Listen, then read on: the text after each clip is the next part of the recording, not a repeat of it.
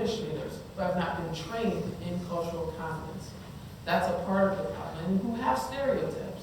So what we do in this progressive state of Connecticut is we have 27 protected classes, and if there is a violation of someone's equal access or right to education, what the law says is you can file a complaint of discrimination.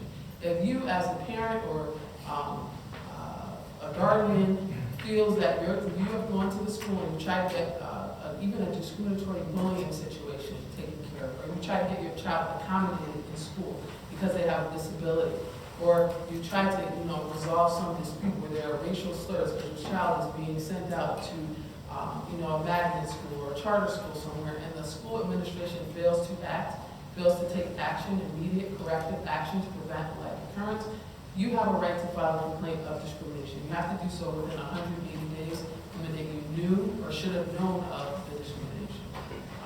There's this seminal case, this landmark case, Cheshire, which is where I live.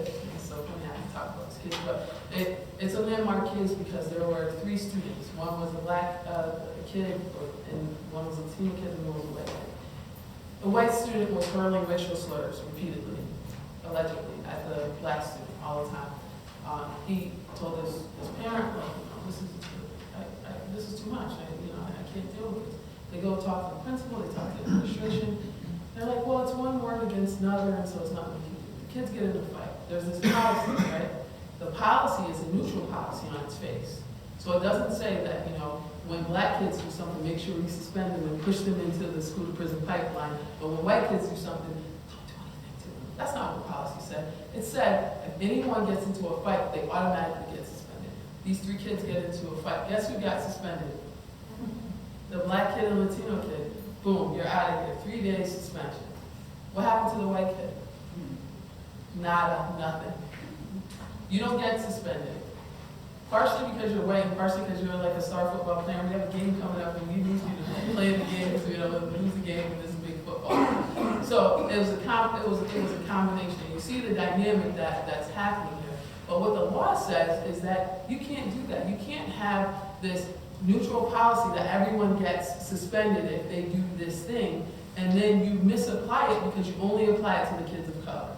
So I think that this scenario illustrates what's happening over and over again in schools. It's for some reason that one set of kids is being treated differently, disparately, differently, treated with less favor than kids who are similarly situated, which is the legal standard. Are you being treated differently when you are similarly situated to another kid? And what the law says is that you can't do that, school administration. You can't do that lunch lady. You can't do that bus driver. No school official can do that. What you're supposed to do in schools is have a safe climate, right? A safe environment for all students to come and learn and have equal access to education.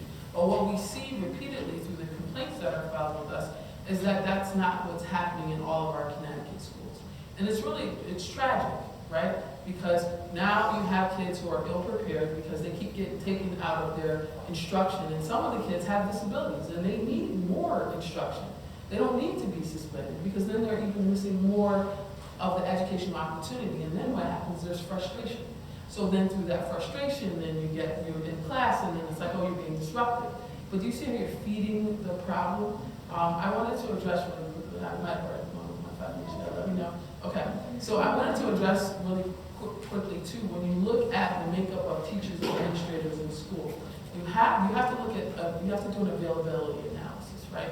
And say, do we have the teachers and administrators of color available to diversify these school environments so that we can, through I don't know, osmosis or some other way, make it so that there's more cultural competency in school. And in fact, in Connecticut, we don't have the pipeline of professionals of color to put into the schools.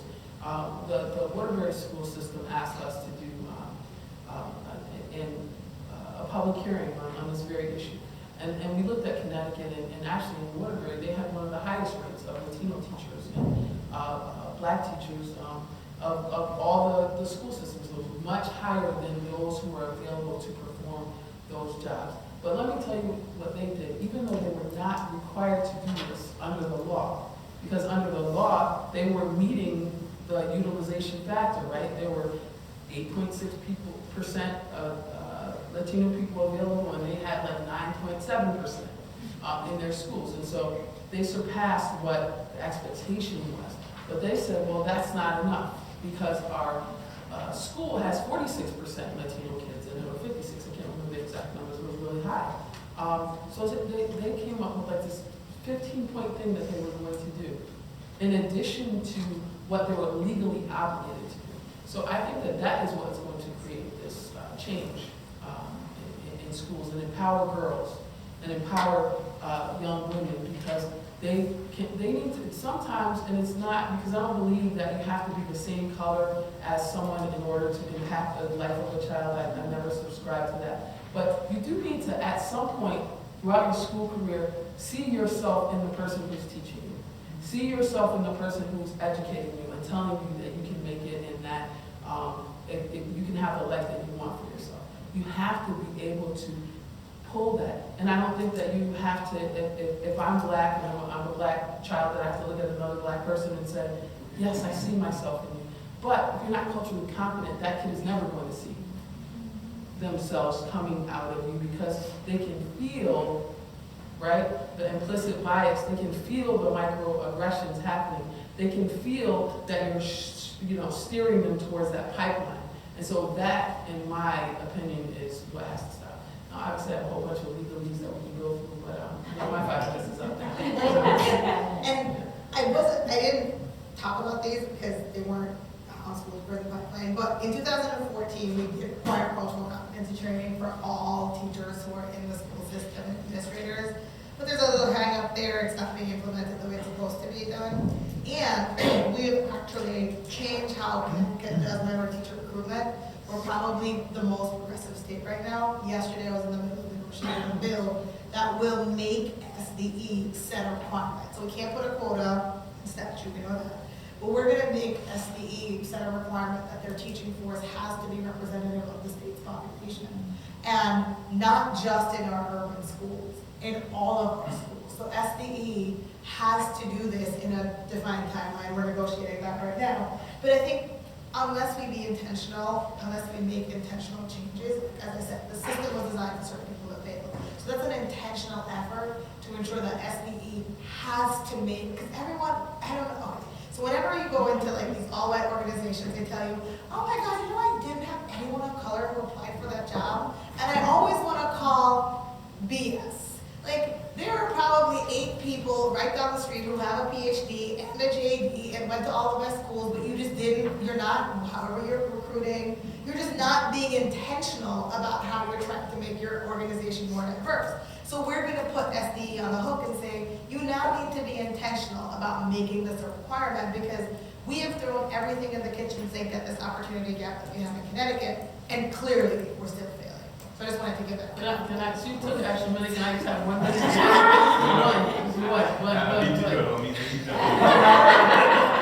So, really great comments. You have to have some courtesy and let women go before men.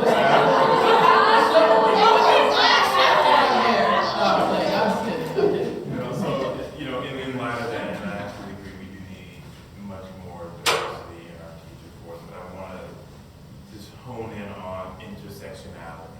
So in this conversation, we're not just simply talking about race, but we're talking about race and gender, and also race, gender, and class, because a lot of times in our cities, we're talking about kids who are coming from a lower socioeconomic background. Cultural competence, you need that for the entirety of your administrators. You need that for all of your teachers.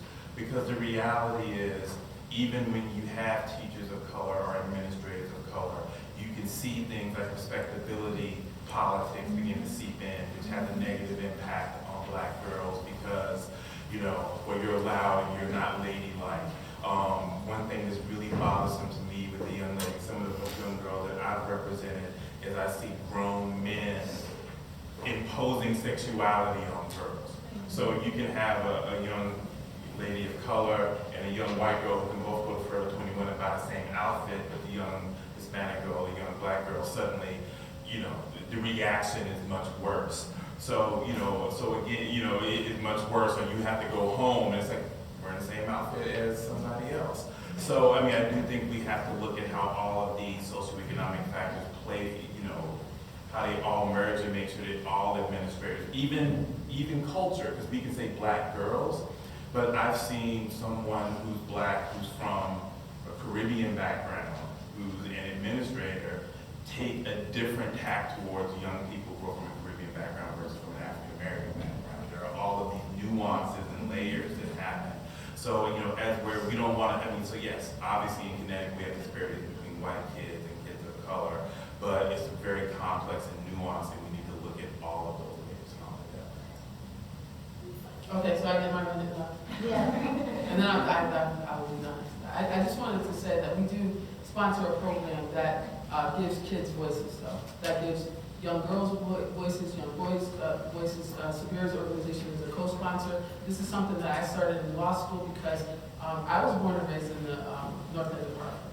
And so I remember the various gangs that you're talking about and getting desensitized to some other violence. I think I saw my first person killed when I was like 8 years old, like maybe 10 feet away from me.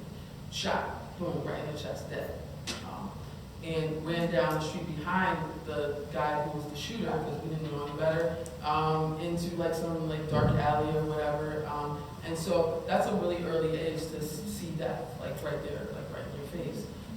And so these are things that people need to be aware of, that a kid may have been exposed to that early, the potential effects of that on your behavior in the classroom. So when I got to law school in my last year, I said, I need to figure out a way to bring urban, suburban, and rural kids all together in a room so that we can break down some of these stereotypes, so that we can talk like kids, because at the time I was like 20 years old or so, and so I felt like, oh, I'm a kid too still, even though I wasn't. But I was like, bring kids all together so we can talk about these things, bring administrators together, bring teachers together. So if anyone is an educator, because we accept, like 750 students a year, and it always fills up really quickly. I did leave brochures for this Connecticut Kids Speak in Kids Court program, and we have national, sometimes international, definitely state, governmental people come, let the kids themselves have a voice where they can talk about these civil rights issues and how they affect them, and talk about how kids be treated like you're the other, and get it out. And it's really a good healing, process. And we have seen a lot of the kids become empowered because a part of the program is to have them develop their own groups within their communities and within their schools that empower them to take back their community and take back their schools. So just, I think my mind's up, but yeah. Pass. Did you have any final words? Great, thank you. So we will open it up for questions. Right, and so what I'm encouraging, is it still not working? It should work. Is the light on? Anyway, so as you're posing your questions, think about how some of these ideas that the panel has talked about, how we can look for resolutions. We've got, I'm just bubbling over with ideas. But I think that we just need to kind of talk amongst ourselves and have a sense of how we are interpreting this, what's coming out. No questions are not restricted or anything, but let's just speak up and let's see where your heads are at. Yes, sir. Okay, so as you were talking about that, I was thinking to myself, how you go about teaching cultural competency to teachers and administrators that you have, who are not of color, and so haven't lived it. And then it occurred to me, in being someone involved in the school system, and how the educational process has changed so much. And so a lot of it is much more experiential in terms of teaching children. Are those same teaching techniques being used for the teachers, or is it the same old lecture, curriculum and that sort of thing? Is it all being just read and tries to be understood? So we provide a cultural competency training for free. Our agency does, because we want schools to get this right, and we want to help kids. As a trial attorney, obviously, I mean, I love cross-examination. I love taking a bad guy, nailing him against the wall, and it's like pulling him apart piece by piece. But what I realized at the end of the day was that there was a victim at the end on the other side of the table, and that victim was a child, and that they had suffered irreparable harm. So I guess I stopped taking so much of the pleasure out of tearing someone up who had done something so bad, and really started to focus on the kid. And I was like, you know what, we won, this kid's gonna get, tens of thousands of dollars, and they can put that in their college fund, and maybe they can like prepare themselves. They're like a little bit broken in a way that I don't ever wanna see another kid broken. And so we then developed all these training modules that we'll provide for free, as long as our resources allow us to do it. But it's interactive. It's doing, it's doing exercises. It's hearing stories and how experiences have affected people, and how people have microaggressions, and they don't even realize it because they don't understand, various cultures. And it's just really about education, acknowledgement, and training. Eat, I like to call it. It's important for everyone to eat. You have to have a little bit of education. You have to acknowledge when you have a problem, right? And then you have to get some training. How can we fix the problem? I can say for myself, speaking from my own personal experiences as an attorney of color, one of my first experiences, I was so excited because I had won my first case. And I was going to the judge's chambers. And I was like, I called my mom up. I think I was like 23, 24 years old. I was like, Mom, I can't believe this. I won the case. Well, like so excited. I'm going to the judge's chambers. I get in there. There was a white attorney who was our principal attorney. And he walks in, and the judge is like, Hi, Attorney Murphy, how are you? Hi, Attorney Luby, another white attorney. And hi, Attorney Kendall, a white female attorney. And I come, and my name is on the brief. It says Cheryl A. Sharp, because I had won the case. And I'm like feeling all proud. And that judge looked at me and said, Are you here to carry the bags? So that is a lack of, that's what happens to black girls every day, all over the country. That's what happens to Latino girls all over the country. So you have to now equip these kids with the ability not to crumble. Like something in me did not let me fall apart in that moment, right? There was some training, something that my parents had put in me that made me, instead of feeling like garbage, because that was the intent, at least I felt in that moment. Like, he wants me not to feel confident that I won this case, that the respondent side who was sued, has to come in here and try to figure out how they're going to argue to not have to pay like this huge sum of money that was awarded to the complainant in this case. And all of these things are like going through my mind. And I was like, don't let them see you sweat. Don't let them see you gotta be strong. You have to, and you only have a split second. And this is as a 20-something-year-old, and it's like a devastating moment. But imagine how many times that is happening in the classroom. Imagine how many girls are beaten down in that way, and you have to find a way to survive. So it would be better that I had never had that experience. Like, I could have done without that happening, right? But it did happen. I learned from it, and I was able to move forward in it. And also, I think as a result of that, there was some more training that was provided to, the bench as a result of that, which is, all of those things are good. But I think in terms of cultural competency, and it's really, to me, it goes a little beyond that into human decency. That's where do they do that? Like, who says that to somebody? Like, why is that something that would come out of your mouth? But there's a level of comfort in